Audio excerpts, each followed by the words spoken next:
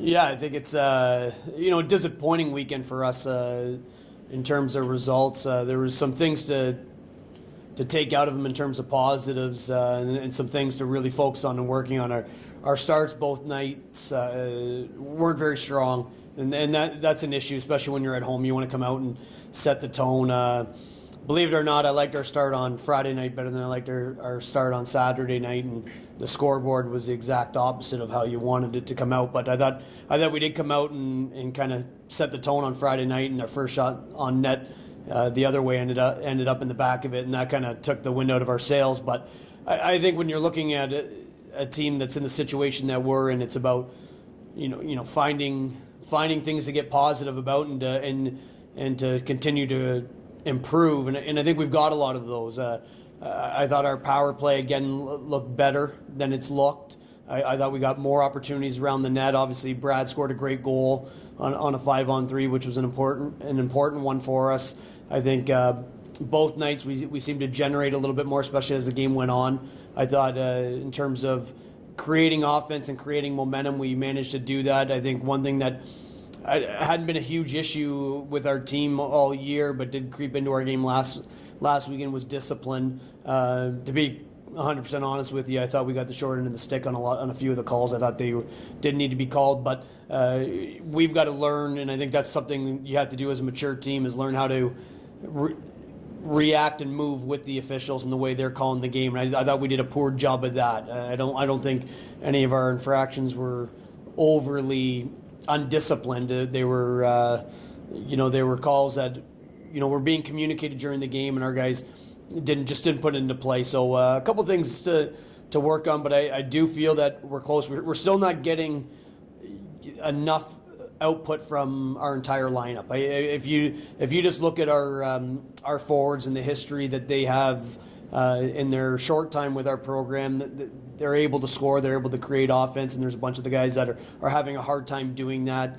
I think for us, it's about how do we stay mentally sharp and how do we stay above the disappointment that we have when you don't get the win, especially as hard as we battled back on Saturday night. To lose that in overtime was pretty crushing for us mentally. But I think time gives you a little bit of opportunity to put that behind you, and we're looking forward to heading out tonight to get to Penn State and get an opportunity to play in a great environment, and obviously a team that is ranked high, but they're ranked even higher in the pairwise, which is a selection process for the NCAA. They're second, right behind Minnesota Duluth. So we know they're a tough team, and they're going to be a tough opponent.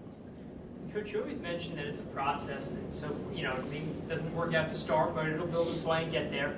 But Penn State, it just doesn't seem like the competition gets any easier for you guys. Well, it never does. I think, and I'll tell you what, I don't think us as competitors are going to make it any easier on the people we're competing against. So I think Penn State's got to worry about us as much as we're going to have to worry about them. They're a good team. We get back at home and we got to play Michigan Tech, who has been the class of our league the last 2 years. Then we have to go into Bowling Green, who was the preseason favorite and one of the harder buildings in the country to play in, never mind our conference. It just doesn't get easy, and it's not supposed to be. You have to embrace the hardness of these challenges, and I think for us, it's making sure that we're hard to play against. What happens in a collegiate season is every weekend's playoffs. Every weekend is either massive in terms of results or disastrous in terms of results. And for us, it's felt disastrous. And the only way you correct that is by understanding that you've got an opportunity to do something great. And for us, we got a team that right now is ranked number 2. If the NCAA tournament was being selected today, they're a number 1 seed in the region. We get to go into their building, we get to try to beat them. And that can really make you feel good about yourself. And that's what we're focusing on. The positives you drew from, I guess, your team. You guys went to overtime, you showed some fight. There had to be some positives that came out of this weekend. Yeah, I think one thing that we did is in both nights we came out what I felt like was sleeping, and we did a lot of watching. And both nights, through challenging the players and through players being fed up with that scenario, guys started to respond, and I like that we responded. I think when you're looking at final results as a player. You're looking at your individual stat line. You're looking at our team stat line, where we are in the standings, all that stuff. It's hard to stay positive and continue to work. And I think our team stayed positive and continued to work. And that's the only way you can do it. I told the guys, after the first period Friday, you have one choice. Either you be a man and you make the choice to continue to fight, or you give up. And I thought we made the right choice from both nights, and we made the right choice the way we practiced yesterday and the way we practiced today. We showed up with a good attitude, committed to improving our game and getting better, and we're not a team that is worthy of our record. We're a team that needs to find a way to win a hockey game. Right now we're finding ways to lose hockey games, and there's a lot of situations that it's just not going our way right now, and we can sit there and sulk and point fingers and make excuses, or we can create our own answer, and we're trying to create our own answers right now.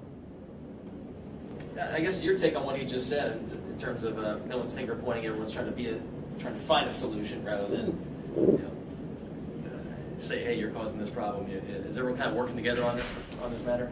Yeah, I mean, coming off losses like that, we're 8 games in, and our season's not going in the direction that we would like. And it's easy to look to the next guy and point fingers, but in the locker room, instead of doing that, we're coming together as a group and thinking, what can we do to fix these small lapses that we're having in our games that are causing the losses to come. And as one, like I said, as we're 8 games in here, we're starting to figure out, what we need to do and what works for us to hopefully see the results that we want in the end. And how can you get off to a better start in some of these games too? And we addressed that last game. First shift we need to win, and we need to focus shift by shift, not coming in thinking, the score is going to be in the second period, or how we're going to play the second shift of the game. It's the first shift. You just worry one shift at a time, and you go from there. Quite a debut for you. Do you ever think you'd start this well? Starting the year for you? It felt great getting back in there. Definitely, had a little bit of nerves, even though it's the 4th year. But couldn't ask to play with any better players. We had Matt Anholt and Cam Amatia on my side there, and they were working hard in the corners, and just day-to-day things we go over in practice. They just pop up in the game and take advantage of it.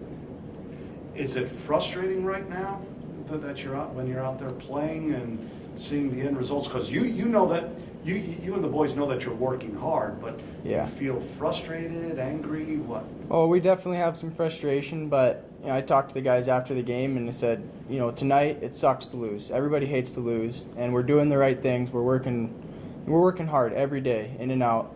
And so tonight we just need to think about, what we can do tomorrow to try to change the result. And it went into overtime, and, we played a good game, but it didn't work out for us. How do you kind of, switch gears and hopefully start a positive note? That's been the question for quite a while now, but like I said, we're having just small lapses in our games, and when we can control those, which comes in practice every day, working on the systems, and learning your routes in and out. You have to know everything just like that, and it'll come to us. I think we just need to keep working hard, and the coaches are pushing us in the right direction.